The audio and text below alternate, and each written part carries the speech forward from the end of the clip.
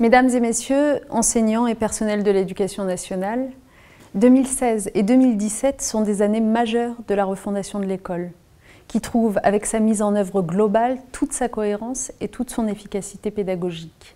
À cette rentrée, ce seront en effet les 3 dernières réformes de la refondation qui vont s'appliquer. La première, c'est la mise en œuvre des nouveaux programmes, du CP jusqu'à la 3e, qui succède à la mise en œuvre des programmes de maternelle à la rentrée 2015. Je veux ici souligner l'importance de ces changements.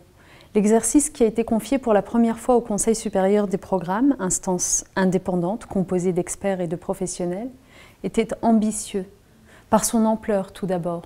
9 années de la scolarité obligatoire à revoir pour donner la plus grande cohérence possible au programme et aux objectifs de maîtrise du socle commun de connaissances, de compétences et de culture. Par le nombre des consultations qui ont été réalisées ensuite, auprès de l'ensemble des enseignants via une vaste enquête en ligne, mais aussi une large consultation des scientifiques, des historiens, des académies de l'Institut. Désormais recentrés sur les fondamentaux en cycle 2, plus progressifs, plus cohérents, adaptés au rythme de progression de l'élève, ces programmes seront bénéfiques pour les élèves et j'en suis certaine, appréciés comme ceux de maternelle l'ont été. La deuxième réforme, c'est celle du collège. Je sais que les sentiments à l'égard de cette réforme ont été partagés. Certains ont émis une opposition, d'autres ont fait part de leurs doutes, d'autres au contraire étaient particulièrement favorables et se sont engagés parfois dès 2015 dans cette nouvelle organisation. L'année 2015-2016 a permis, à travers le plan de formation d'une ampleur inédite, mais aussi à travers des dotations horaires globales particulièrement favorables, de dissiper chez certains des inquiétudes. Les enquêtes internationales ont souvent pointé la faiblesse de notre organisation au collège. Non pas à cause de la qualité de nos enseignants, largement reconnus, et je suis la première à le rappeler à ceux qui aiment si facilement tout critiquer, mais bien à cause de l'empilement de dispositifs qui, plutôt que de résoudre le problème de façon globale, ont fini par créer un système à 2 vitesses, laissant trop d'élèves sur le côté.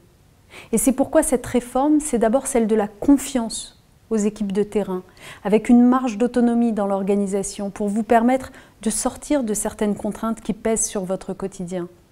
Davantage d'autonomie laissée aux équipes donc, mais cette réforme c'est aussi plus d'accompagnement personnalisé pour les élèves, des moyens supplémentaires pour les petits groupes avec 4000 emplois sur les 2 rentrées 2016 et 2017, du travail de projet en interdisciplinarité et la 2e langue vivante apprise plus précocement.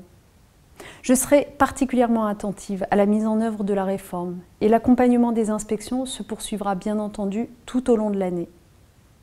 La 3e réforme, c'est la mise en œuvre du plan numérique, avec dès la rentrée les premières ressources disponibles sur la banque dédiée, qui seront complétées par 2 nouvelles vagues de mise à disposition de ressources. Le plan numérique, ce sont aussi 1800 écoles, 25% des collèges qui seront équipés en 2016. 100% des départements qui se seront portés volontaires. Je parlais il y a quelques instants de la cohérence de la refondation. Eh bien, le numérique en est une illustration très concrète, puisque pour la première fois, les programmes envisagent le numérique comme une composante de la pédagogie au quotidien. Enfin, avant de conclure ce traditionnel message de rentrée, je veux évoquer vos carrières et vos rémunérations. Nombreux ont été les chantiers engagés depuis 2012. Je pense aux directeurs d'école, je pense aux indemnités en éducation prioritaire. Eh bien, nous irons plus loin encore cette année. Les enseignants du 1er degré verront leur indemnité progresser au niveau de celle de leurs collègues du 2e degré, à 1 200 € par an. C'est la fin d'une injustice inexplicable dans les écarts de salaire qu'avait initié Vincent Payon à travers la création de l'ISAE à 400 € et que nous achevons donc aujourd'hui. Par ailleurs, dès le 1er janvier 2017 et sur une période qui courra jusqu'en 2020, les rémunérations de l'ensemble des enseignants vont être revues à la hausse. Ce grand chantier s'achèvera dans les prochains mois, avec les discussions que nous menons avec les organisations syndicales, par une révision complète des carrières. Votre progression sera bien plus claire, votre engagement sera mieux reconnu et tout le monde y gagnera. La création d'une classe exceptionnelle sera l'occasion pour beaucoup de voir leur fin de carrière revalorisée. Mesdames et messieurs, c'est la toute dernière rentrée du quinquennat. Et même s'il me reviendra de préparer la rentrée 2017, c'est la dernière fois de cette mandature que je m'adresse à vous à l'occasion d'une rentrée scolaire. Alors je tiens à vous dire le plaisir, l'honneur, la fierté que j'ai à vous représenter chaque jour, dans un moment si particulier pour notre pays. Je tiens à vous dire ma détermination à conduire chaque jour les réformes nécessaires pour l'éducation nationale.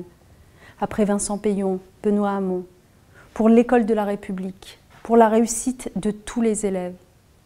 Je pense aux 60 000 créations de postes, promesses que nous tiendrons bel et bien avec le prochain projet de loi de finances. Mais je pense aussi à la recréation d'une formation initiale, au nouveau programme de la maternelle jusqu'à la 3e, au chantier de modernisation des carrières et des rémunérations, et puis au travail mené pour plus de justice et de mixité sociale, à la lutte contre la pauvreté, au numérique, j'en ai parlé, ou encore à la transmission des valeurs de la République, avec l'enseignement moral et civique et l'éducation aux médias et à l'information. Notre pays est traversé de doutes. Face à ces doutes, votre mission est essentielle. Car en formant les élèves, en leur transmettant vos connaissances, en leur apprenant à développer un esprit critique, vous préparez rien de moins que l'avenir. L'école est l'un des ciments de notre nation, un pilier de la République. Nous ne devons jamais l'oublier et nous pouvons en être fiers. Alors à toutes et à tous, je souhaite une excellente rentrée 2016.